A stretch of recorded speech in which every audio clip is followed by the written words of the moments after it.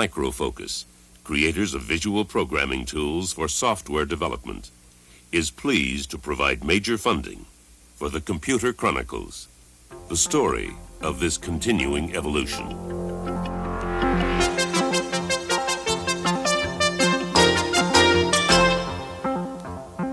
Welcome to the Computer Chronicles. I'm Stuart Chaffee, and this is Herb Lechner sitting in for Gary Kildall this week. Herb, what I have up on the computer here it's a game, I guess, but it's really a teaching tool that teaches the student working with this algebraic expressions and the graphic representations of these algebraic expressions. What just happened is these little guys here are called algebroids, and the test for me is to write an equation down here using all these available trigonometric and algebraic functions to try to plot a graph which will intersect as many of these algebroids as possible. Now let's just for the heck of it, try something very simple here, and we'll just say y equals x and see if we can hit a couple of these guys with the graph that gets drawn. And you can see the graph coming. I may have got one guy by the leg and one guy by the ear, and after it draws the graph, it'll then show me whether I've hit these guys or not. Come on. Got him. 2 down. And the object here, obviously, is to learn equations, these expressions, learn their graphic representation. And we'll just go one more round. Just to show you how it really does motivate someone, there's a character in here called the graph gobbler. And you're not allowed to have your graph run through him. So I'll see if we can draw something simpler. You think y minus x will make it? Looks like a 9. Herb, let's try that. And just demonstrate. There you go. And he eats your graph up. And he punishes you by sending you to the committee, which then penalizes you. Anyhow, we're talking about computers in education today, Herb. And first question that comes to mind as we talk about the use of computers in education is some people, shut up, algebroids. Some people are afraid, I think, of this technology, and there's a fear that computers are going to replace teachers. They're going to perhaps dehumanize education. Is that what you see in the future? I think the expectations for the use of computers in school were very high, and along with those expectations, there was concern about the dehumanizing effect. I don't think that we've seen the use of computers nearly as extensively as we expected, and therefore I don't think the impacts, pro or con, have been terribly significant. But I do look forward to talking to our guests about that. Okay, before we meet our studio guests and see some demonstrations of other educational software, let's go visit some schools where computers are being used. With over 1/2 of American schools equipped with computers, students from elementary grades through college are likely to have some computer instruction at almost every level of their education. But there are still doubts over the best way to integrate computers into a traditional curriculum. Replacing the teacher with a terminal changes the focus of learning away from the instructor and to the computer. While traditional contact between teacher and student is diminished, the terminal becomes a kind of private tutor, adjusting to the different learning rates and abilities of each student. It is also interactive, demanding answers within a specific length of time, making corrections, and helping the student to understand the reasons behind a mistake. Programming languages for children rely on colorful graphics and game-like approaches, especially to teach analytical skills and problem-solving logic. For younger children, time spent at the terminal can seem more like a game than a lesson. Let me do it. Okay. Y, E, are you S. Sure? Oh, yeah. Yeah. I forgot the eyes. We have 29 points. Oh, great. Much of computer instruction today is for rote learning and practice drills, but there is another level of application that demands much more creative interaction. Programming languages like Logo are designed to teach children to make up their own programs, create their own commands, and in general put students in the active role of controlling the machine, instead of just responding to an electronic inquisitor. Proponents of this approach claim that students trained to think logically will become better at problem solving in general. But at least one study questions whether there is any difference between a logo-trained and a traditionally trained child.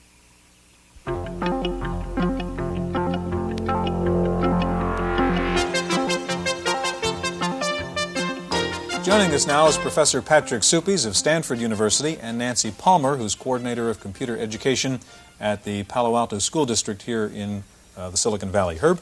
In the opening, I mentioned that it didn't seem to me that the application of computers in education was moving along as rapidly as we had hoped. How do you all feel about that? Well, I agree with that for most of the period, which is now about 20 years, that I've been involved in the application of computers in education. Certainly for the first 15 years, I kept thinking it ought to go faster. There ought to be more to do. There's a lot to be done here. Why aren't we getting more done? In the last 3 or 4 years, the pace has really changed. A lot of people are interested. There's a lot of hardware and an increasing amount of software in the schools. I think Nancy would agree with that.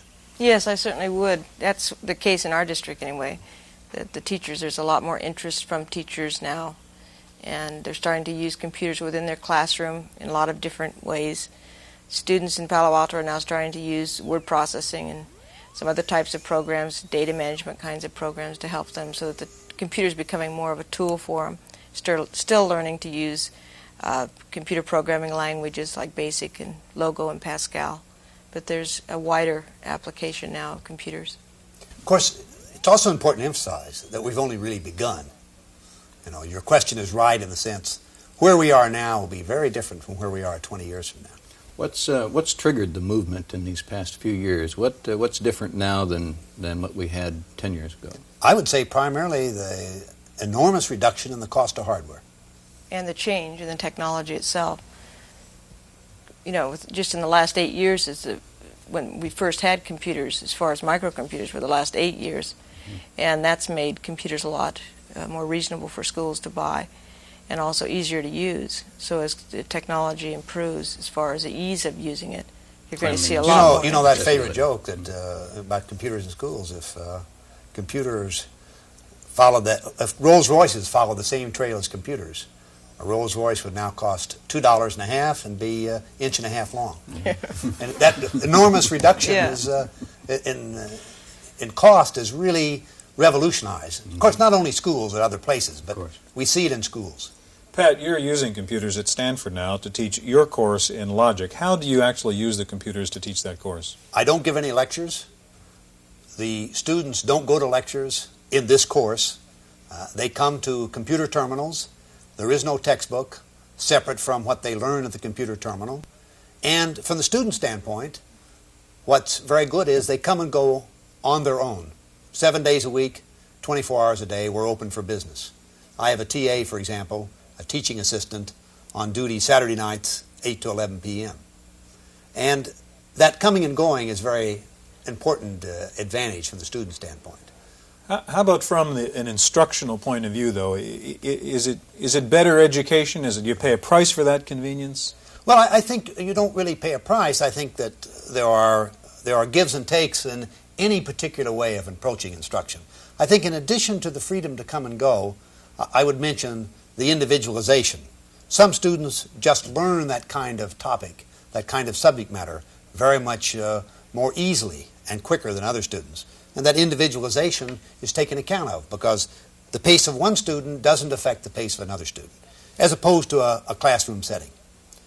Secondly, the students get excellent opportunities to practice and be corrected in their practice of doing logical derivations and giving proofs, giving logical counterexamples. And that practice, that dealing with material in that elegant way you can do it on at a computer terminal with a good sophisticated program to back it up in terms of checking any kind of proofs the students give.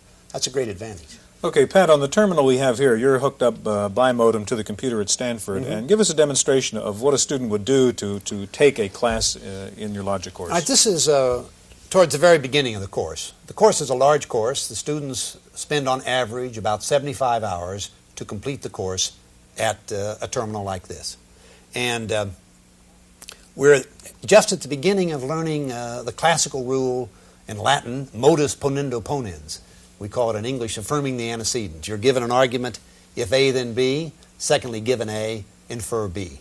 And they're going to practice, learn the strategies and begin to practice derivations, logical derivations, using this rule. Okay, so the first thing is kind of the text material that teaches the principle. Principle and the strategy of how to attack a proof. For example, here it's saying, well, we'll use the simple working backward strategy. Look for what we're going to derive. What is the conclusion we want to infer? And then the next step is look for a conditional statement and some premises that we can begin to work with. Okay, can the student go ahead then and actually try to practice what he's just learned? Yes, and that practice is, of course, the critical thing. Just putting out the exposition wouldn't be very interesting. What is interesting and powerful in the course is the great flexibility of responses the student can give in terms of constructing proofs that interest him. So we'll consider a very simple example of this. There isn't time to do something complicated. Here, we want to derive the premise W. We use letters here to make the argument simple. And the premises are using the arrow for if-then. The first premise is if S, then Q. The second premise is if Q, then W. And the third is S. Now, we can combine 1 and 3, affirming the antecedent of the conditional in 1 to get the conclusion Q. So we type in 1, comma 3, and AA for the affirm the antecedent rule.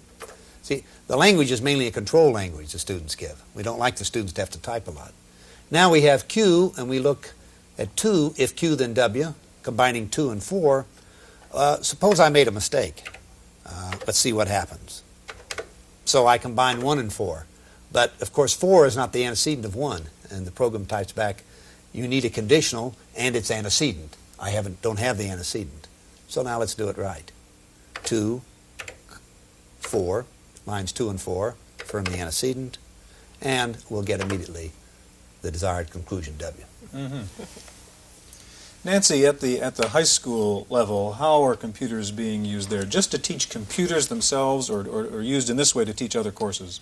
They're used in both ways. They're used as, for programming itself, and they're also used for word processing, for in business classes and accounting. We have foreign language. We have programs on the computer that students can practice foreign languages and learn a foreign language by computer. And there's some programs that are being used in the science department now, and we have a couple of social studies teachers that are using simulations. I guess the real key is, what difference has it made? What's the bottom line? Are the achievement scores going up for those classes using computers? Well, that's kind of a hard one to answer. As far as any real strong data on achievement scores by using computers, I don't think we're at that stage that we've come up with anything like that.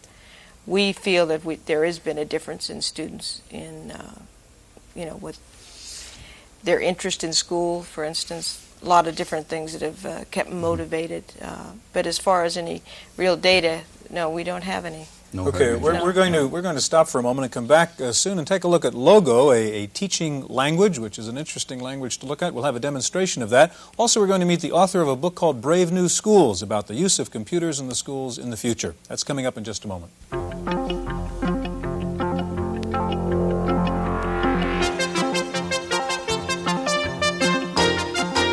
With us now is Glenn Kleiman, founder of the Teaching Tools Microcomputer Service and author of the book, as we mentioned, Brave New Schools. Glenn, we want to talk to you about Logo in particular. And we hear an awful lot more than we have about Logo now as a teaching language, as something to be used for students. What is the significance of Logo as a language? Well, Logo is a newer programming language than, say, BASIC. It's one that's been widely touted as the language to use to introduce kids to computers. There have been a lot of claims about Logo, that it's an ideal way to teach problem-solving skills, that it would revolutionize education.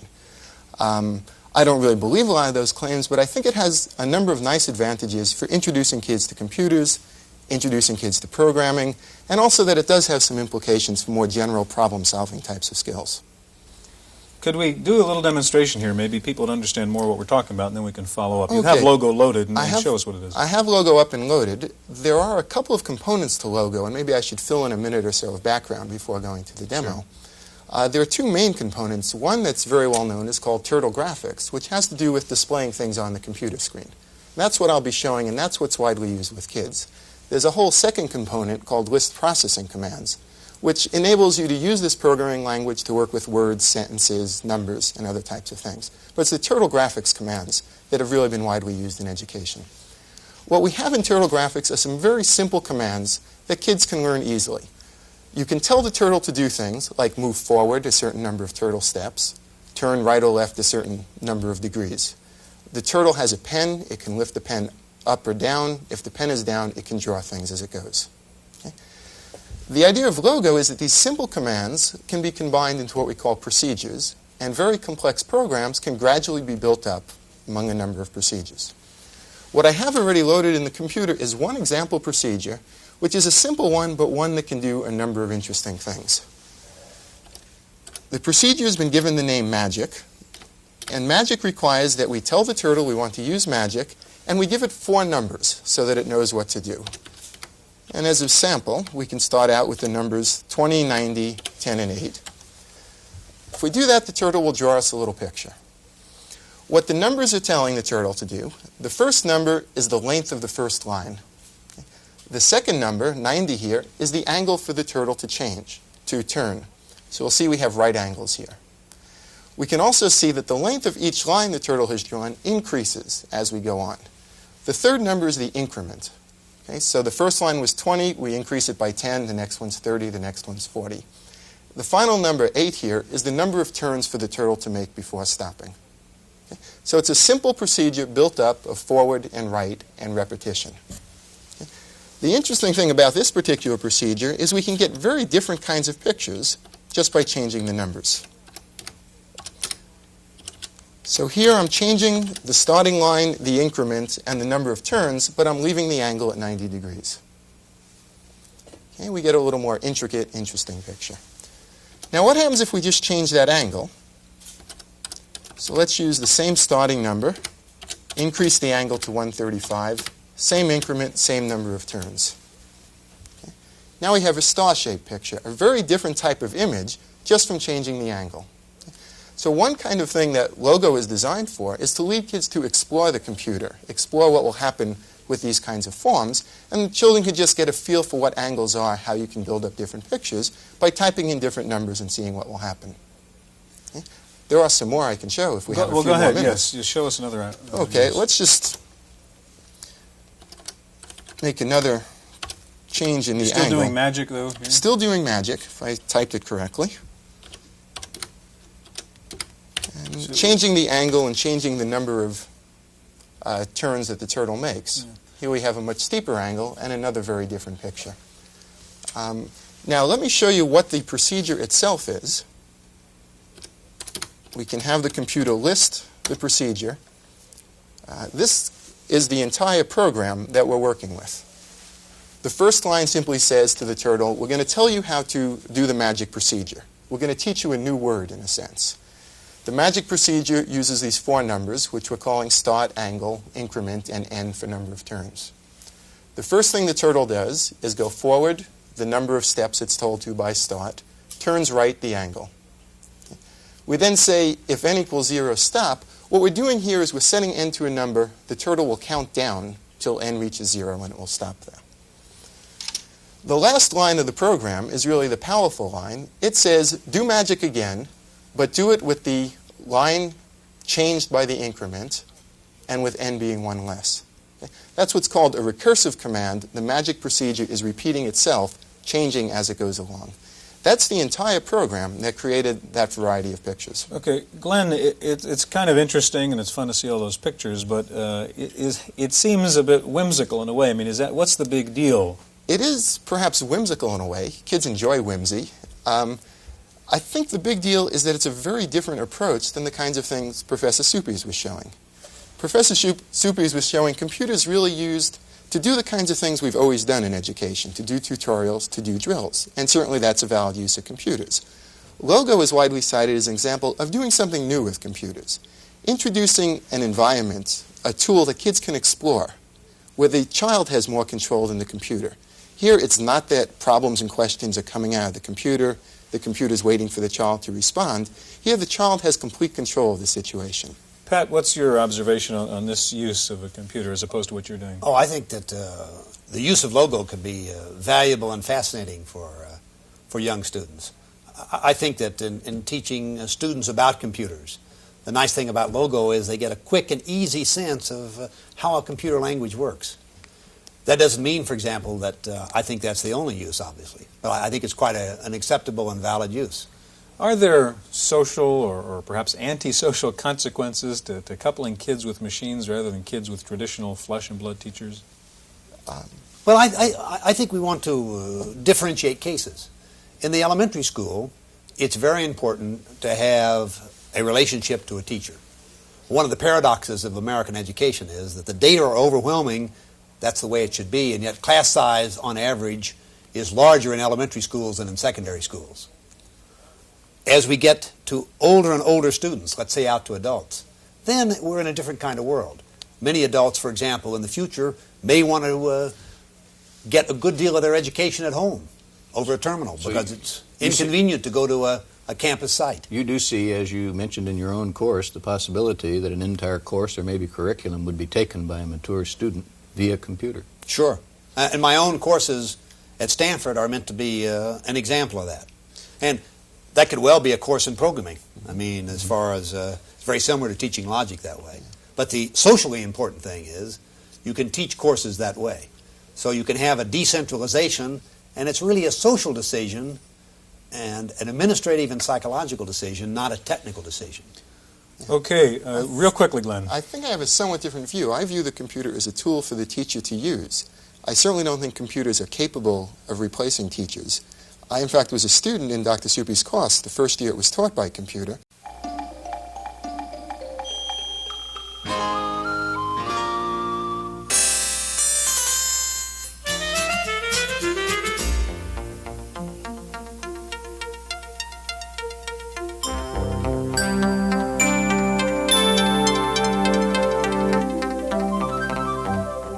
Microfocus, creators of visual programming tools for software development, is pleased to provide major funding for the Computer Chronicles, the story of this continuing evolution.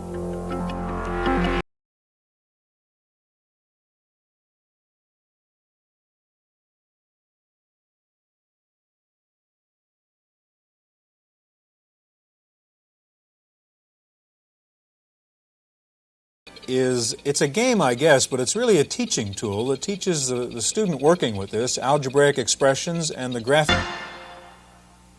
Microfocus, creators of visual programming tools for software development, is pleased to provide major funding for the Computer Chronicles, the story of this continuing evolution.